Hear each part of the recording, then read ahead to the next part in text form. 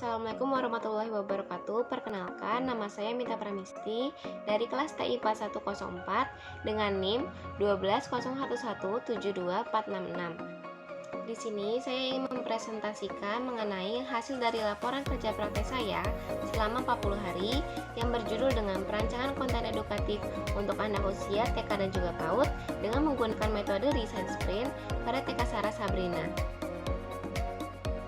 Pertama-tama, saya ingin membahas mengenai latar belakang.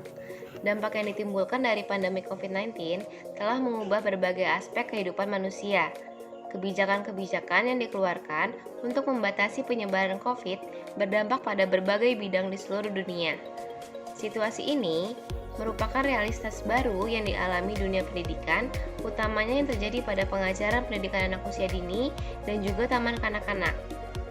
Semua pihak, mulai dari guru, murid, dan juga orang tua, harus siap menjalani kehidupan baru atau new normal lewat pendekatan belajar menggunakan teknologi informasi dan juga media elektronik. Permasalahan yang kini TK Sarah Sabrina sedang alami adalah terbatasnya metode ajar akibat pandemi COVID-19, di mana anak-anak tidak bisa ke sekolah dan juga bermain di luar. Maka dari itu, perancangan konten edukatif ini dapat digunakan sebagai wadah untuk membantu anak-anak agar tetap mendapatkan pembelajaran meskipun di rumah. Selanjutnya, saya akan membahas profil TK Sarah Sabrina.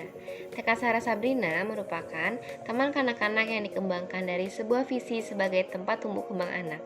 TK Sarah Sabrina berdiri pada bulan Juni tahun 1996 oleh Bapak Arif Saifuddin selaku Kepala Yayasan Arif Asdallan. TK Sarah Sabrina terletak di Jalan Parakan Saat, nomor 60, Kelurahan Cisandra Endah, Kecamatan Arca Manik, Kota Bandung, Jawa Barat. Kemudian saya akan menjelaskan mengenai pelaksanaan kerja praktek. Kerja praktek ini dilakukan secara online di rumah masing-masing dikarenakan pandemi COVID-19 yang dimulai sejak 4 Juni 2020 dan berakhir 29 Juli 2020 yang dilaksanakan pukul 8 pagi sampai dengan 5 sore setiap hari Senin sampai Jumat. Metode yang digunakan adalah desain sprint. Desain sprint merupakan suatu metode untuk membangun konsep dan prototipe di mana memiliki 5 fase yang sangat komunikatif dan juga interaktif untuk mengeluarkan semua ide, inspirasi, masalah yang ada serta solusi yang akan diwujudkan dalam sebuah prototipe yang akan diuji kepada user untuk mengetahui feedbacknya. 5 fase diantaranya yaitu understand, diverge, decide, prototype, dan juga validate.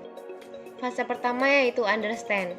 Pada tahap pertama ini, seluruh anggota dan juga dosen pembimbing lapangan berdiskusi mengenai permasalahan yang terjadi pada TK Sarah Sabrina yang terkena dampak COVID-19 serta mencari sebuah solusi dari permasalahan tersebut. Pada fase kedua yaitu diverge. Pada tahap ini dilakukan pengumpulan ide-ide untuk memilih topik pembahasan yang akan digunakan untuk perancangan konten edukatif bersama seluruh anggota tim dan juga dosen pembimbing. Berikut ini merupakan ide-ide yang telah dibuat seluruh anggota diantaranya sebagai berikut. Yang pertama terdapat pengetahuan dasar, yang kedua mini series, yang ketiga mengenal Islam, yang keempat mari bercerita, yang kelima menjadi kreatif, yang keenam ku ingin tahu, yang ketujuh ku ingin sehat, dan juga yang ke-8 COVID-19. Fase ketiga yaitu decide atau memutuskan. Pada tahap ini, dari seluruh ide yang sudah terkumpul, seluruh anggota harus dapat memutuskan ide topik pembahasan apa saja yang akan digunakan sebagai konten edukatif. Dan pada tahap ini juga dilakukan pembagian tema pada masing-masing anggota memegang 2 topik pembahasan. Berikut merupakan ide topik pembahasan yang terpilih melalui keputusan bersama. Yang pertama terdapat storytelling, DIY, tutorial menggambar, agama budi pekerti, mini seri, alfabet, senam, dan juga COVID. Selanjutnya pada fase keempat yaitu prototype. Pada tahap ini dilakukan pembuatan prototype untuk gambaran secara kasar dalam bentuk storyboard. Berikut merupakan contoh storyboard yang telah dirancang dengan menggunakan topik mini series. Pada tahap terakhir yaitu validate. Pada tahap validasi, prototipe yang telah dibuat sebelumnya diuji langsung ke calon pengguna sebagai penentu keputusan apakah produk yang telah diujikan layak dikembangkan atau tidak. Sebelum dilakukan pengujian terhadap calon pengguna, video tersebut dilakukan review terlebih dahulu kepada dosen pembimbing lapangan untuk memberikan kritik dan serta saran untuk video tersebut, seperti penilaian terhadap intonasi suara, durasi, dan juga daya tangkap terhadap anak.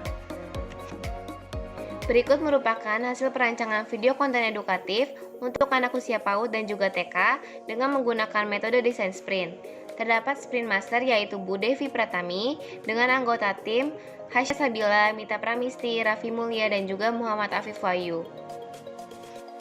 Yang menghasilkan pertama, user dari perancangan konten edukatif itu adalah anak usia dini yang tidak bisa mendapatkan pendidikan secara formal akibat terkena dampak COVID-19.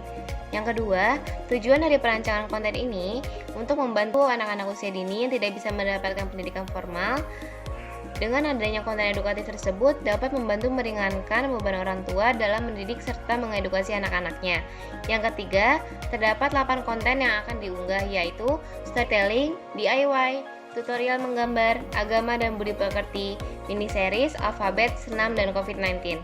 Yang keempat, memiliki batasan perancangan video edukatif. Selanjutnya, terdapat batasan perancangan video edukatif.